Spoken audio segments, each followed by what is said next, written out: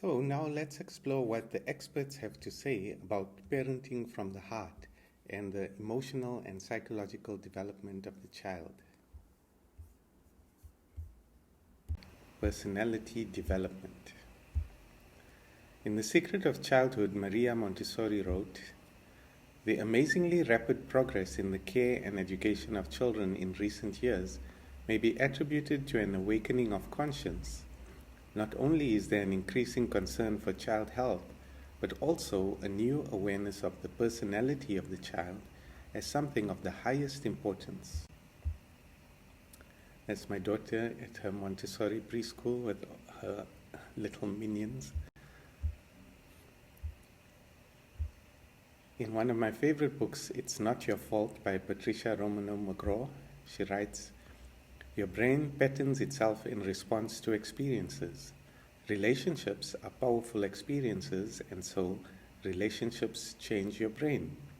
Traumatic relationship experiences can live on and on within the body, affecting all aspects of a person's life, their feelings, their thoughts, their physical health, their ability to form relationships, everything."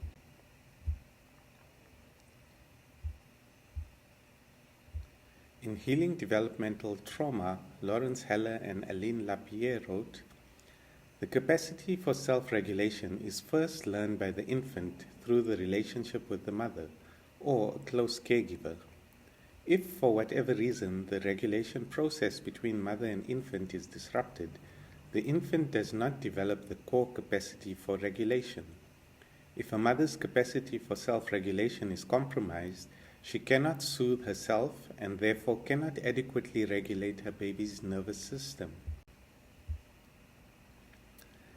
The process actually even begins in the womb because the mother's emotional state affects the fetus, the development of the fetus. If she's stressed and anxious or afraid, then hormones and neurotransmitters like cortisol and adrenaline are flowing through her blood, crosses the placenta and into the baby's blood and heart. And so the baby's body and nervous system is growing in the culture medium of the mother's blood. And these hormones and neurotransmitters, the baby's feeling what the mother is feeling. And the emotional system is being configured by these levels of hormones and neurotransmitters. In Building Self-Esteem in Children, McKay and Fanning wrote, "You are the whole world to a baby, the source of all comfort and security, the banisher of fears and pain. Every waking hour he learns about himself from you. You are the mirror that shows this new person who he is. From your smile, a baby learns that he is delightful. From your touch, a baby learns that he is safe. From your responsiveness to his crying, a baby learns that he is effective and important. These are the first lessons about his worth and the building blocks of self-esteem."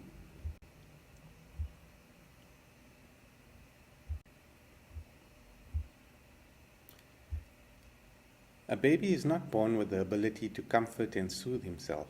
His brain does not yet have the neural networks to do this. So, when baby gets upset, he needs you to comfort him so that he literally feels your comfort and borrows it to meet his own needs at the time. He feels what you feel, and in feeling it, his brain grows around this experience of comfort, building the comfort pathways in his little brain.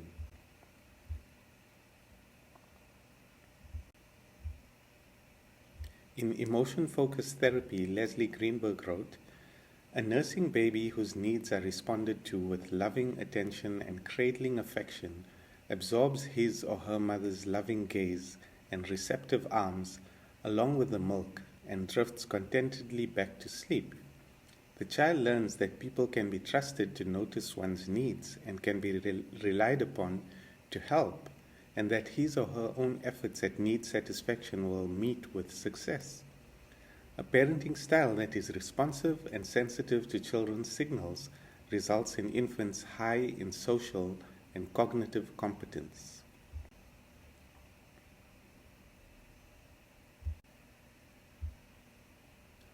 In Affect Regulation and the Repair of the Self, Alan Shaw wrote, "The child's first relationship, the one with the mother, acts as a template, as it permanently molds the individual's capacities to enter into all later emotional relationships.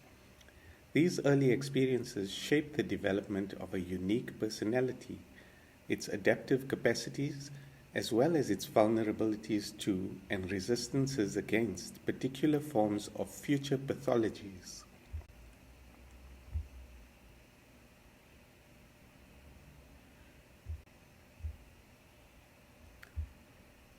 In Calm Parents, Happy Kids, Laura Markham wrote, "Your own emotional regulation, a fancy way of saying your ability to stay calm, allows you to treat the people in your life, including the little people, calmly, respectfully, and responsibly. That's what produces children who are emotionally regulated, respectful, and responsible. When a storm brews, a parent's response will either calm it or incite a full-scale tsunami."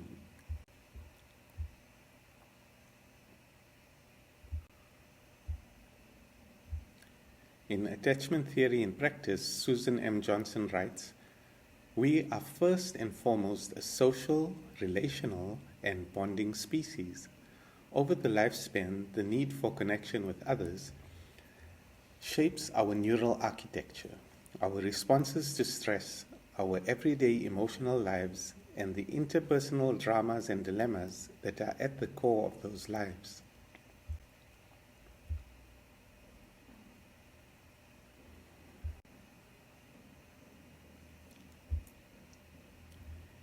Bessel van der Kolk writes in The Body Keeps the Score, "Neuroscience research has affirmed that our brains and our sense of self are molded by our interactions with others. We learn to regulate our feelings by being soothed by someone who rocks us when we cry, feeds us when we're hungry, and covers us with a blanket when we're cold. If no one has ever looked at you with loving eyes, broken out in a smile when they see you, or rushed to help you when you were distressed, you are prone to develop a disorganized and scattered relationship with yourself. You are forced to discover alternative ways of taking care of yourself."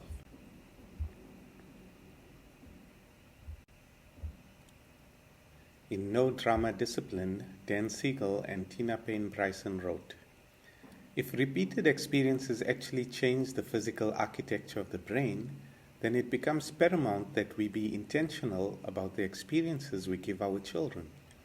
If your child is melting down and out of control, which part of the brain would you rather appeal to? The one that's primitive and reactive, or the one that's sophisticated and capable of logic, compassion, and self-understanding? Press the engage button, the calm down and think button, and you'll appeal to the upstairs brain, activating a calming response. But push the enrage button, the freak out and escalate emotions button, by using threats and demands, and you'll be practically begging for the fighting part of the brain to kick into action. You'll poke the lizard and get a reptilian reactive response."